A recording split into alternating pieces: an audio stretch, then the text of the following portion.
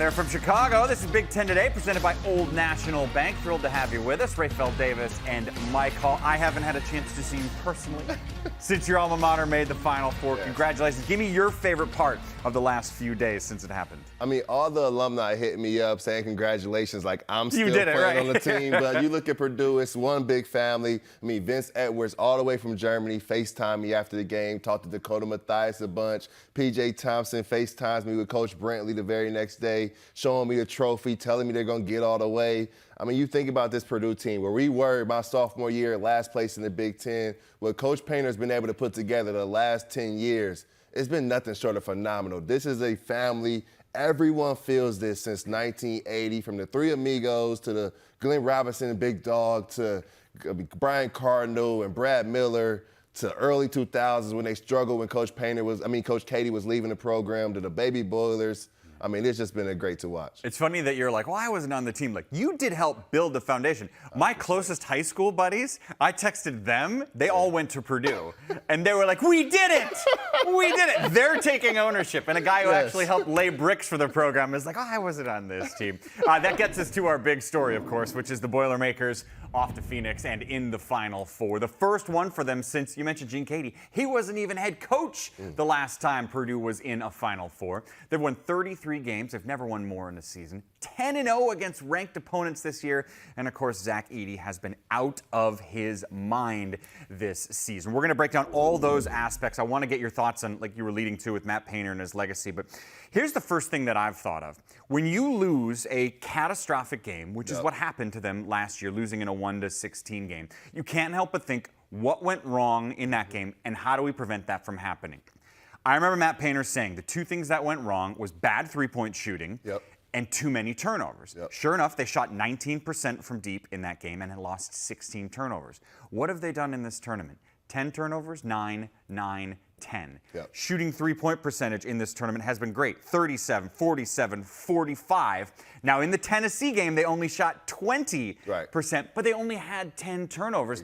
My point in the macro is, like, those two specific things that were the problem against FDU have not really been a consistent problem in this tournament at all. One thing Coach Painter would always say to us when things would go awry, he would say, don't get emotionally drunk. And they lost that game to that 16 seed FDU. And Coach Painter didn't go into the offseason. He didn't lose his mind. He didn't change how he approached things. He went out, he got Lance Jones, a guy that can make shots, a guy that can defend at the highest level, a guard that can take care of the ball against pressure. And then you insert Trey Kaufman-Renn into the starting lineup, a guy that can rebound, a guy that can score one-on-one on the block, and he can make open shots. And then they went about business the same way. Braden Smith developed coming off of ball screens, being more confident, making plays one-on-one and in traffic. Zach Edey was obviously dominant. The growth of Fletcher Loyer was big time. But above all, I think the buy-in this season was brilliant. You look at Mason Gillis, a starter from a season ago, a senior, a fifth-year senior, a guy that's been here. Now he has to come off of the bench. How does he feel mentally? Well, he went out and became the sixth man of the year because all he cares about is winning. You look at a guy, Ethan Morton, a guy that's another senior, came in as Pennsylvania Mr. Basketball, expected to do great things at Purdue, didn't work out the way he wanted to. He came into their last game, used 2 fouls, and came right out of the game, and he's back cheering with his teammates clapping. They got buy-in. Miles Colvin is a freshman that could be playing. He could be playing other places. The things they got across the board has been big time. And that's obviously a huge testament to the maturity of the players, as well as the culture that Matt Painter has created around that program. I do want to ask one more X and O's basketball question before we get into some bigger picture stuff. If you remember 12 months ago, the other big thing about Purdue in the Big Ten tournament when they almost blew that lead in the title game to Penn State, and then against FDU, was handling full court press. That was clearly a weakness of Purdue. I don't think we've talked about that almost all season, that being a weakness. Is that simply, like you said, the development and maturity of Loyer and Braden Smith and the addition of Lance Jones bringing great guard handles and maturity, or is there something else that I'm missing to that? No, I think so, because I can remember Coach Painter. It's a thing where fans may think Coach Painter doesn't work on the press offense, but we were terrible against the press, and we worked on it every single day. But it's about having personnel. Now you have 2 guys on the floor in Braden Smith, Lance Jones, 2 guys that grew up youth basketball, middle school basketball, high school basketball. They were breaking presses with the basketball. So now you have 2 of them that can maneuver throughout the press. Braden Smith Went from a guy that didn't make all-conference last season on the team that were #1 in the nation. Now he's first-team all-conference, honorable mention All-American. He's developed this offseason. He's really grew in that point guard role that's not afraid of pressure. He wants it. Yeah, it's a big difference. It took away such a big weakness that other teams could try to expose. And you brought up Matt Painter, and we were talking just before the show casually about the way he's adjusted himself as a coach. When he got the job, he was still fairly young and replacing a legend in Gene Cady. And he openly talks about the fact he tried to recruit the way he thought elite programs should be recruiting. And around that 2013-14 season, he realized it wasn't working for him anymore.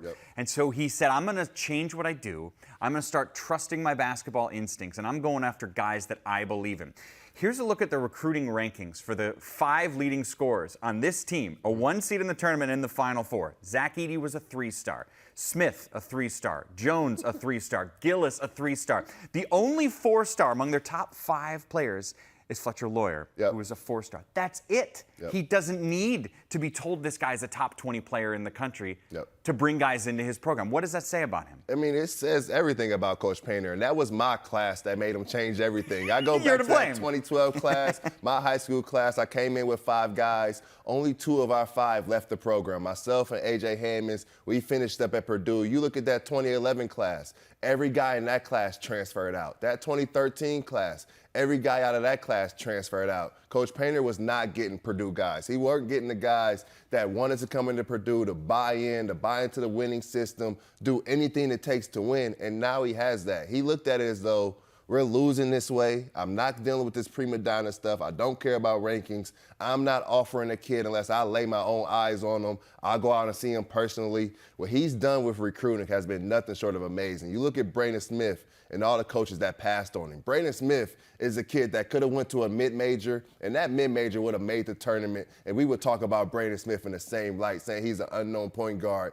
that's tough, that's gritty, that can get the job done. And Coach Painter wants those players. He's got 12 guys, 15 guys, when you look at the walk-ons, that really care about Purdue, getting a degree, coming to win, playing hard, doing it the Purdue way, and these are the results you get. He's done it his way. He hasn't cut any corners. He hasn't taken the elevator. He's taken the stairs and hit every one of those stairs to get to this point, and I'm happy for Coach.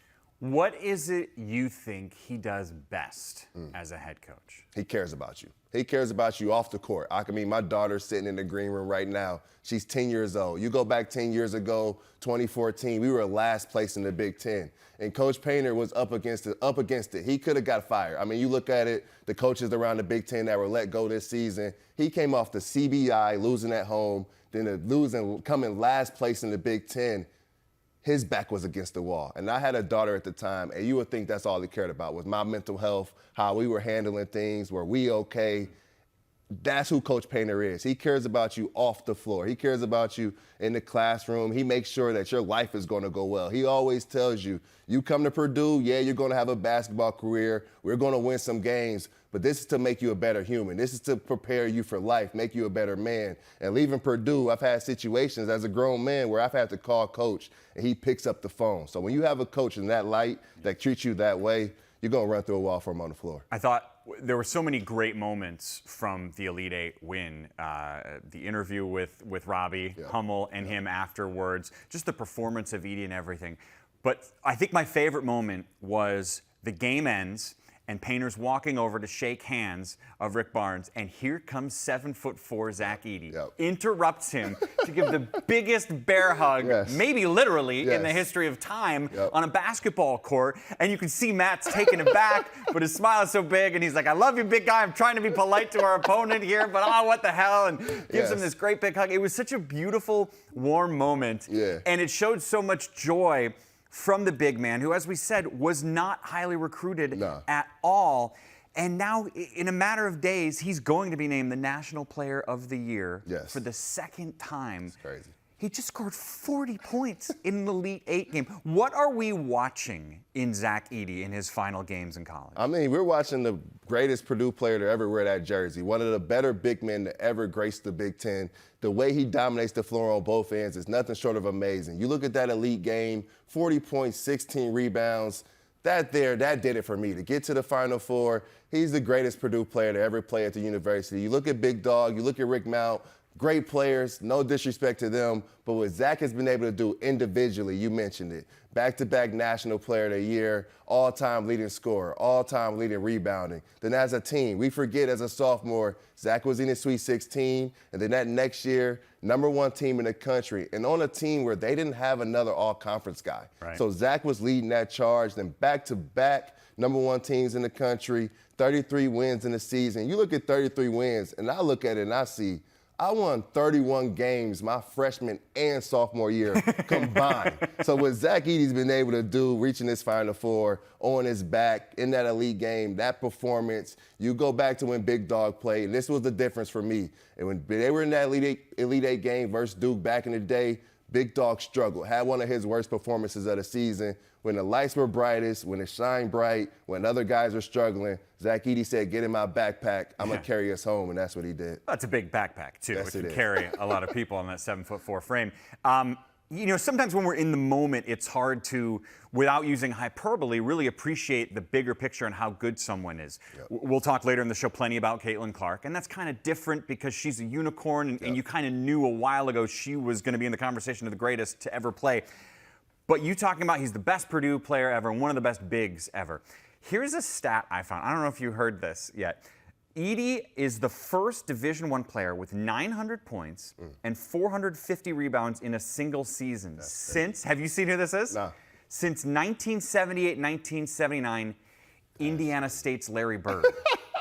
That's crazy. Not That's nuts? what I mean. We're taking it for granted. We're not understanding what we're seeing. Yeah, Zach Edey's 7'4". He may be close to 300 pounds, but the production he has on the floor is nothing short of amazing. I mean, I played with Isaac Haas, a great player. He was 7'2", 310 pounds, but he wasn't this productive. He couldn't move like Zach Edey. He didn't rebound out of his area. He didn't block shots like that, Zach Edey. Zach Edey affects the game in multiple ways. He does it on the floor, and then when you see him in the locker room, one of the greatest leaders that I've ever been around. I want to play with Zach Edey. He makes everyone on that team feel comfortable, like they could be themselves. He's humble. He goes about it the right way. Dude just does amazing things. And he's going to be obviously incredibly important in the upcoming Final Four game for Purdue. We're going to break that down with you. One of the interesting things is, what does he do defensively? Is he on DJ Bird's, or do they keep him off of him? We'll ask Raphael his thoughts on that coming up just a little bit later on in our show. Season, they will face the top seed overall in Boston College, and if they win, they will move on to play the winner of Denver and BU. They are looking for the first Big Ten national championship since 2007. With that in mind, it's time for the big interview, and we are glad to bring in one of the most important maize and blue guys on ice. He is Rutger McGroarty, who joins us now. Rutger, give me an idea. I mentioned some of the backstory there with playing Michigan State. What was chatter like right before the game amongst all you guys as you were ready to take on this Michigan State team? For us, I feel like obviously you can look at the past 4 games, as you said.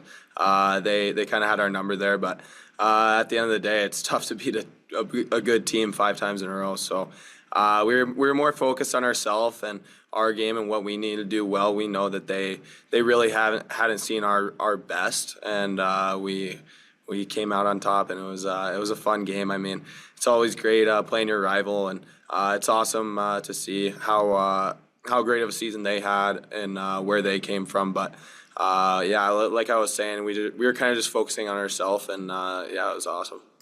Well, it's pretty impressive. 3 straight Frozen Fours, 2 of them with Brandon Naurato as your head coach. How do you best describe your head coach? The number one thing that comes to mind is just a player's coach.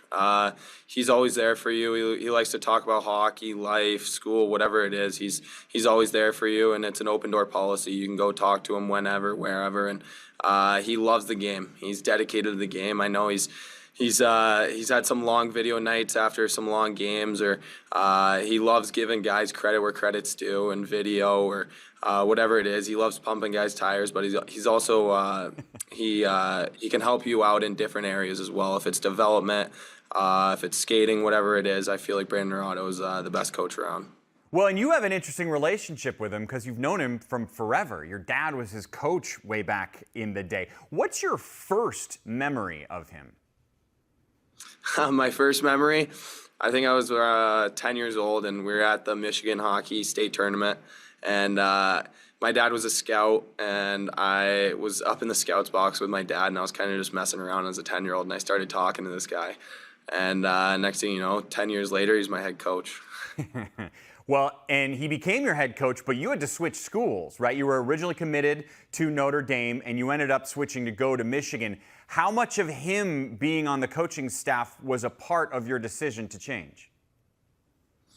Well, when I originally decommitted, I kind of just had a change of heart, and then I lived in Michigan for 6-7 years at the time, and then a couple of my really good friends with the Fantillis were at the University of Michigan, and Brandon Arado was the assistant coach at the time, and for me it was a no-brainer. I knew that NAR and what they had going on at Michigan was unbelievable, and I just wanted to be a part of it. How is he different now versus a year ago when he was just named kind of suddenly the interim head coach? I feel like now he's honestly the same guy, just another year of experience. I feel like he's an unbelievable coach, and he's always been that. But now it's just the experience. I feel like that's a big thing for anybody. Once you've gone through it, and especially since we made it to the Frozen Four last year, and now we kind of just have the right thing in our heads, and I feel like he's excited for this upcoming Frozen Four, and we're gonna have a great week of practice, and we're really looking forward to it. Well, not that long ago, he played in a Frozen Four for Michigan. What does he tell you guys about that? Honestly, just it sucks. It sucks losing. I feel like everybody knows that. I was there last year, losing in that Frozen Four, and we talk honestly a lot about the '98 team and what they've gone through and how they won, and we're kind of in a similar situation to that as well. And a lot of those '98 alumni have come back and told us those stories, and so that's been really cool. You know, it's not that long ago that he played in it. He's not that old of a guy, and I want to tell you, I know he's not going to watch this ever, so you can be honest. Does he have any skills left? Any? I think he has the best coach shot in the world. I'm not over exaggerating. He can fire the pill. He has a really hard shot, and he lets the goalies know whenever he scores on him. So it's pretty funny, but we all love it. He loves to celly after he scores, and he's just a really, really great guy with a lot of personality, and we love him for it. Describe the celebration of a Brandon Arado after he scores on his own kid goalie. He'll kind of just he'll look to the boys and like kind of give a heads up or just a little fist pump. He loves it. He knows when he has a good shot, and it's awesome. But the boys chuckle with him, and it's a lot of fun. Wait, you said he's got a big celly. His celly is a fist bump and a head nod? No, but it's kind of like you had to be there. It's like just because everybody looks at him, and he'll just like kind of look around and be like, yeah. All right. It's not terribly demonstrative, but it's one of those you got to be there. I'll buy it. I'll buy it. Yeah, it's more you had to be there moment. What don't people know about Jake Barczewski, your goalie? Just the personality. I feel like it makes it a lot easier to block a shot. It hurts a lot less when you're doing it for him. Just the energy he brings into our locker room, how great of a kid he is. And the very first time I ever talked to him, he came in and just said, man, like, I want to win. That's why I came here, is to win a national championship. And that hasn't changed once throughout the season. He's so dedicated to the team, and all the boys love him. He's the DJ Barzo. He puts together some good tracks. Yeah, we love him. He's an unbelievable guy, and he always comes to the rink ready to go and dial it in. He's the team DJ? Oh, yeah. What's his go-to? Whitney Houston, Mariah Carey? Honestly, he makes a lot of, he makes some remixes. But right now, I think it's called Unwritten. Okay. That's like our team song right now, and he loves turning that on. I love it. Another one of your teammates now, Seamus Casey, you guys lost him in the last game to injury. What's the latest with him? Honestly, I don't know. I think he knows that if I don't. Yeah, I'm unsure, to be honest. Yeah, I got you. Well, hopefully he's back. He's been such a great part of the team for you guys, and luckily you do have some time until that match. I want to talk about Rutger McGroarty, not the person, the name. Hockey guys oftentimes have great names. You have my favorite name in the Big Ten right now. Tell me everything about the background with your name. Yeah, so my grandpa's name is Roger, and my parents were, or my mom and dad were kind of, I think they were looking in a book of names related to Roger, and they found Rutger, and it's a Scandinavian form of Roger, and my grandpa's an unbelievable guy. He's from a small town in Blair, Nebraska. He's like the mayor of the town. It's unbelievable, and honestly, I'm honored to be named after such a great guy. So that's very cool. But even McGroarty's a cool last name. Yeah, that's honestly, I don't have too much background on that. Yeah, I really don't have too much background on that. I love that you in no way were prepared for me to want the etymology of your last name, but that's where we're going on this. No, I've answered the Rutger one a good amount, but not the McGroarty one, to be honest. Well, that's what makes me special. What did you guys learn from last year's trip to the Frozen Four that you can bring into this year's? Kind of like I was talking about with Coach Naranjo, just the experience. I feel like we know what to expect. I feel like there's a lot of distractions there. If it's with media or just people wanting to talk to you or this or that, dealing with the tickets.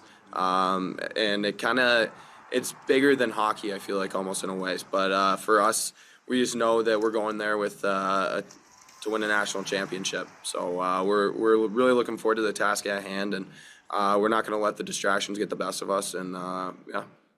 How do you feel about the fact that you've almost got 2 full weeks off until you play again?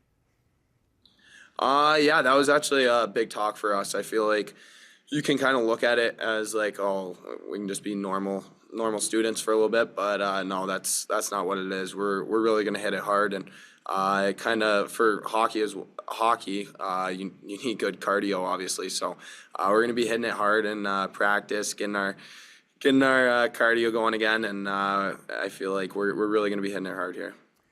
One of your teammates, Gavin Brindley, is the Big Ten Player of the Year. Why? He comes in, he competes every day. I feel like that's a guy that he always brings his best. If it's in a small area game in practice and he loses, he's fired up. He's not talking. He's mad. He's probably the most competitive person I've ever met. And he always comes to the rink with a smile on his face as well. And all the boys love him. He gets some good laughs in the locker room. And but I would say the main thing that sticks out to me is the competitiveness. All right, before we let you go, BC is your opponent. Like I mentioned, you got a little while until that game, but as of right now, what's the biggest key?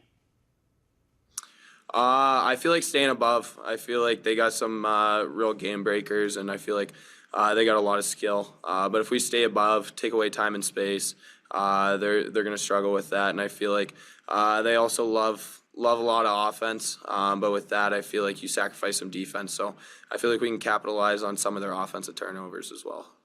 Rutger McGroarty. Shout out to Grandpa Roger. Congratulations on the great season. Thanks so much for giving us some of your time, and good luck in Minneapolis, man. Thank you. Well, Hawkeyes are off to Cleveland for the Final Four, back-to-back Final Four appearances. First time any Big Ten team has done that, third all-time in the program's history. You know how great their offense is. 37 games, 26 of them they've scored 90 points or more. And this newcomer, Caitlin Clark, she's pretty good, huh? Almost a triple-double averaging in the NCAA tournament. Sloan Martin is my colleague in covering women's basketball here on the Big Ten Network. She's good enough to join us now to talk about it. Sloan, I want to get your first thoughts on the number that was revealed yesterday. 12.3 million people watched an Elite Eight women's basketball game. What does that say to you? My jaw dropped when I saw that number. We thought that we could flirt with last year's national championship number, which was just shy of 10 million. I don't think anyone saw, even the experts in this field, over 12. Mike, that is more than so many sporting events, you'd be better off listing the games that it exceeded, basically. You're talking about NBA Finals, World Series, the final round of the Masters, Mike. Just incredible numbers to see. There is so much momentum right now. And of course, we talk so much about Caitlin Clark and the impact she's had. She has set viewership records on basically every single network she's been on. But to have this kind of number on cable as well, absolutely mind-blowing. I wouldn't be surprised if it even picks up from there. Now, of course, you have someone like Angel Reese in that game too. And just what we're seeing right now is really unthinkable even a couple years ago. I mean, Angel today announcing in Vogue magazine that she's declaring for the WNBA draft. So it is just seizing the momentum that is in this sport right now. And of course, we got Clark right in the middle of it. Yeah, it's been really cool to watch grow throughout, especially the last 2 years in particular, and for that to be an Elite Eight game, not the national championship, not a Final Four. It's pretty amazing stuff. You know, if you and I would have chatted in October about the upcoming season, I remember thinking, boy, I was going to be really good, but how do you replace one of their all-time best players in Monica Czinano? It's really hard to do. I still feel like they got a chance to make it to the Final Four, but we're going to have to see some other players step up. And I think they never really did specifically fill the void of Monica Czinano. And when you talk to Lisa Bluta throughout the season, she always said, like, we're telling Hannah Stuelke, Addie O'Grady, Sharon Goodman, don't try to be Monica Czinano, just be yourself. But they've been getting such great play from Kate Martin, such great elevated play from Sydney Falter. They've been doing this without Molly Davis, who's out with injury. Which of the non-Caitlin Clark players has stood out to you the most the last couple weeks? Oh gosh, Mike, it's even hard to pick. You're right about Sydney Falter, and it was really leading up to the Big Ten tournament. When we finally started to see her blossom. She came into this season feeling like, I'm going to be a rebounder. She had 14 rebounders in their season opener against Virginia Tech, really setting the tone for the kind of role she was ready to take on this season. But then it became looking for her own shot, finding those opportunities, being aggressive, and really working her way into this Iowa offense, named to the Big Ten All-Tournament team, the All-Region team as well. She and Hannah Stuelke, don't forget, they're the future of this Iowa program when we look down to next year and beyond. So it's very exciting for Hawkeye fans to see her. I think about Gabby Marshall, her three-point shooting over 43% as of late and coming into this Final Four matchup. And I still might get chills thinking about that block she had on Logan Nisley in the Big Ten championship game against Nebraska. And then she did it again along the perimeter against West Virginia as well. Those were game-sealing plays. You talk about the post too. Jan Jensen is an absolute legend for the work that she does in the post. She said, we are a complete unit this year. We're not replacing Monica. We're not replacing Megan Gustafson. It's not just the next in line, the next factory to spit out a great player who shoots 70% at the rim like both of those legends did for the Hawkeyes. But they have made a cohesive unit. The way that Addison O'Grady, and also Hannah Stuelke were able to wall up the best rebounding duo in the country in Anissa Morrow and Angel Reese was remarkable and something we really wouldn't have seen earlier on this season. And then I immediately think of Kate Martin, who has turned into a superstar, someone who just bided her time, played her role. But I love watching the way she and Clark play off of each other. They have this unspoken language, always on the same play. She's able to get underneath and behind that defense and regularly putting up 20 points. It's just remarkable growth from this team, and a credit, especially to the coaching staff. I think the thing with Martin, too, especially in that Elite Eight game, her shots were tough. She had contested layups that some of her teammates were missing because it was so tough to do against LSU. Or she'd turn around and have a mid-range right when it looked like the Tigers were going on a run. It was such important timing for her to get those shots in. It's been really cool to see. This brings us to our big stat of the show, and that is, once again, a focus on Caitlin Clark. The records she has set in this NCAA tournament. The first player ever with 3 40-point games in a tournament in her career. She has more assists in a tournament history than anyone else. Has more 3-point field goals made in the tournament history than anyone else. Has more 3-point field goals made in a game than anyone else. She officially became the leader in the history of the sport for career three-pointers. She has 540 at this point in her career. It is amazing to think that she continues to do this when the whole planet knows you have to try to stop her and can't do it. I don't know if you've been seeing the quotes this week from Gino Auriemma, but every day there's something new and hilarious about someone asking, how do you stop him? And he's got some version of like, the people who have stopped him aren't returning my calls, so I have no idea what to do. We're just going to do our best out there. Yeah, forget that I said Paige Beckers was the best player in the country. Yeah. It's actually Caitlin Clark. Don't want to get under her skin, which is kind of a smart veteran thing for one of the legendary coaches to do. But Mike, you and I both know this from doing so many Caitlin Clark games that you literally have to look through the record books. I have a paragraph in my notes when I do Iowa games, which is just every single mark, number, the number of times she's done it, career records, season records, all-time records, all there in front of me, because you know you could be seeing history at any given moment. And really the way I think about it is that Caitlin Clark is inimitable. Her game is just jaw-dropping to watch, and the impact that she has had on this game. And you're exactly right. The fact that she's continued to do it despite all eyes on her, despite all the tape, despite those conversations probably happening behind the scenes with opposing coaches. I'm even seeing WNBA players, Brittany Sykes, Natasha Cloud amongst them, who are tweeting about how they would be guarding Caitlin Clark. Like, it feels like they're kind of chomping at the bit to get that opportunity this summer as well. So everyone is thinking about it. And I even think back to Amy Williams, who beat this Iowa team once this season, almost did it a second time going to overtime in the Big Ten tournament championship game. And she said, there is no layout for how you do it. No one has been able to crack this code, and somehow that is still continued. And that really is just a testament to Clark. I can totally relate to what you were talking about on Notes with Clark calling games. When I call a game on the far right side of my board that I have with all my notes, I leave a little space for how many 10-point games and how many 10-rebound games that player has had in a year. With Clark, I had to add 20-point games, 30-point games, 40-point games, 10-assist games. Like, I had to get a separate note card that I would just hold for all the different things she's compiled in her career. We got 1 minute left, but I want to tell you another stat that stood out to me. NCAA tournament games with 40 points and 10 assists. This goes back to when assists became official in the 1980s. The history of men's and women's basketball that have done that, the amount of players that have done that ever, 0. The amount of times Clark has done it, twice. Just remarkable. It is astounding what she's been able to do, especially, Mike, in the biggest moments against the best defenses, in the most tense and competitive moments, win or go home. And she delivers time and time again. And we're going to continue to see that too with the numbers she's put up in this tournament. All right, Sloan's coming right back. We're going to go specifically into the next game for the Iowa Hawkeyes. What did they have to do against UConn, against Gino Auriemma? So it will be Iowa and UConn in the Final Four. You know it is a great Iowa offense. It is a UConn team that has been there more than anybody ever. Their 23rd Final Four appearance. 15th, by the way, in the last 16 NCAA tournaments. And don't count out UConn offensively. They're great on offense. They're great on defense. They're a well-rounded team. They are flooded with talent. We bring back Sloan Martin for more on this discussion. Sloan, I think one of the ways to give people an idea of what UConn is, I mean, they recruit so many 4- and 5-star players every single year. They don't have AZ Fudd. They don't have Griffin, Ducharme. They have 5 or 6 players that are injured and out for the entire season, and they're still just flooded with talent.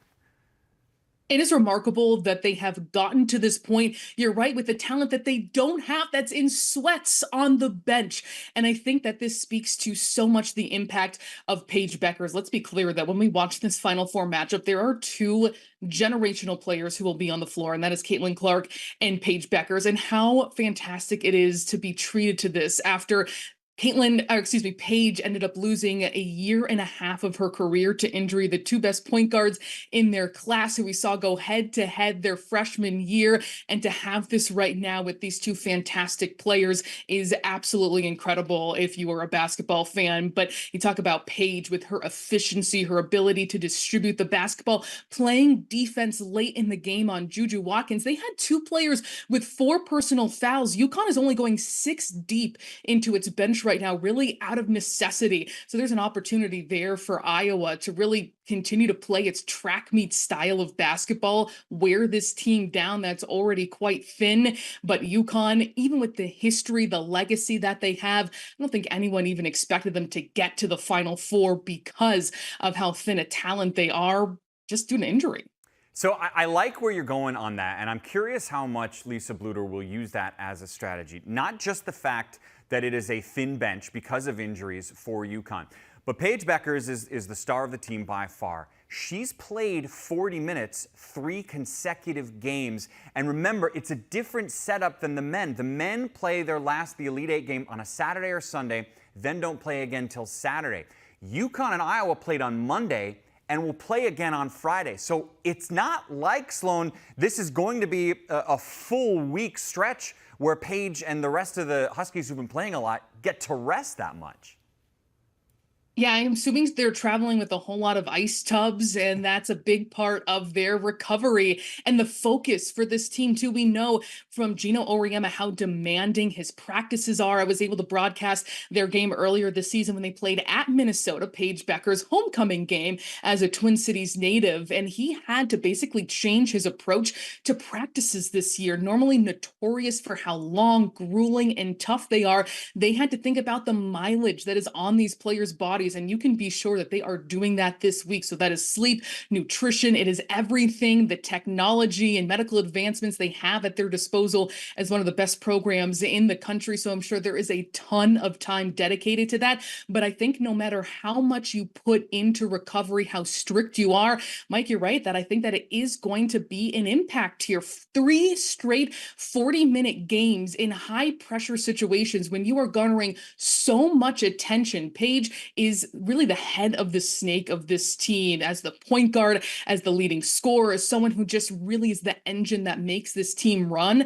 And I think Iowa, you talk about their pace, their spacing, they are a team that can absolutely exploit that both vertically and horizontally. Right. In our last segment, we talked about the supporting cast playing great, whether it was a Falter or Marshall or Martin or Stuelke. If I made you pick one, you can't say everyone, but I made you pick one of the players who's not Caitlin Clark that you think most needs to have a great game against UConn, who would it be?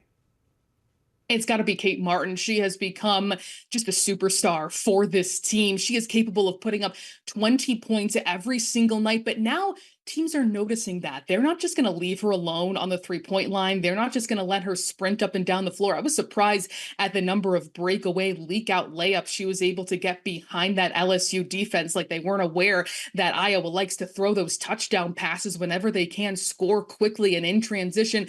I would be surprised if those opportunities are as readily available against UConn and Gino Auriemma and his staff as they were against LSU. So that's a high place where Kate Martin is able to get a lot of points. She's going to have to, I think, hunt a little bit more for her shot. They have great defenders on this team. Nika Mule, KK Arnold as well. It's going to be tougher in the post too, but I think on the perimeter, they have the size and the speed to make it tough to close out quickly, where Kate might have to be a little bit more aggressive than usual, even as she plays off of Caitlin Clark and the attention that she is able to get to.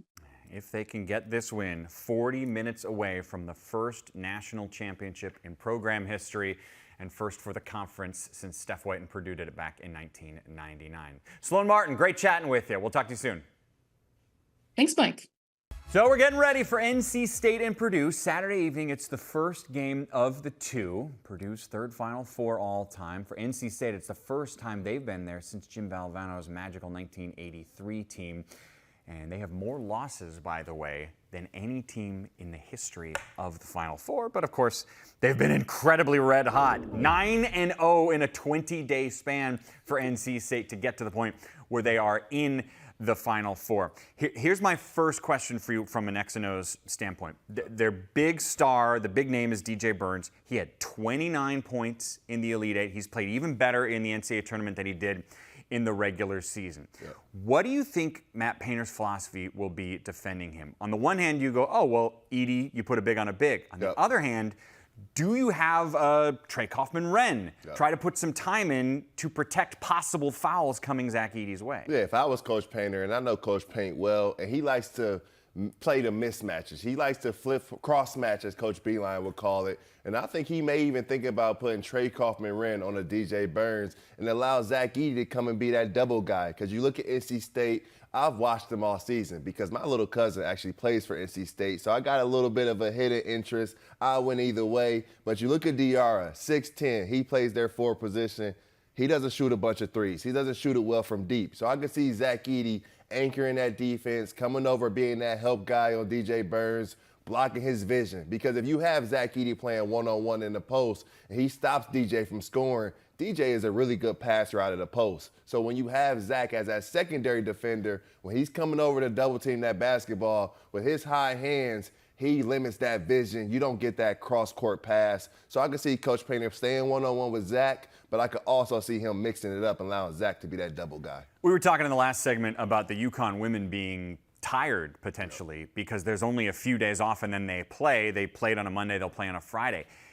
Is the schedule that helpful to NC State because they last played over the weekend? They don't have to play till Saturday. You know, we're in the third of 5 days where they don't have a game at all to worry about.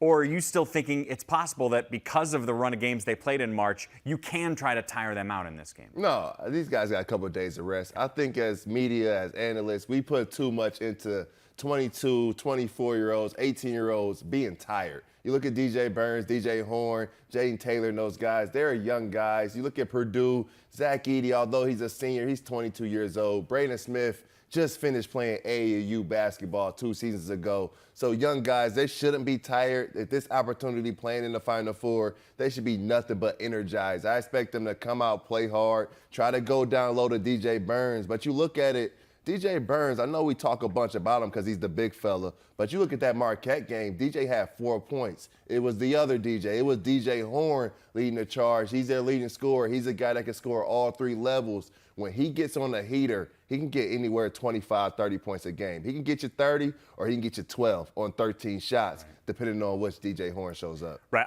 He's not Dalton Connect. What we saw in that performance from Connect was amazing. Right. But that guy can hit threes. Yeah, he can make shots. I mean, he had 29 in the ACC title game just a couple weeks ago. So I agree. He's a dangerous weapon.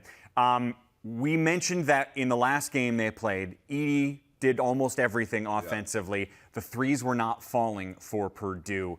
Who specifically do you want to see step up from the guard position, especially early on in this matchup for Purdue? I want to see Braden Smith come out and be ultra-aggressive offensively, scoring the ball. He was great against Tennessee, controlling the pace of the game. Had 9 points, 7 rebounds, 7 assists, got everybody involved, fed the big fella down low, played well off the ball screen, but had to go against the Kai Ziegler, one of the better defenders in college basketball. I expect Braden to come in this game against DJ Horn, Casey Marcel, and those guys. Be aggressive to start early. Shoot that jumper coming off that screen. Make them guard you, and then it'll open up the floor for everybody else, not just Zach. If Braden is aggressive, you're going to have to help off of Lance. You're going to have to help off of Fletcher. And then it allows those 2 guys to make shots. But I'm expecting Braden to come out and show everybody in the country, while he's not just one of the better point guards in college basketball this season, but coming into next year, Braden Smith will be the best point guard in college basketball. And he's got to show us why. I feel like we need to spend the last minute here on your conflict of interest. Now, if your cousin calls you... He did.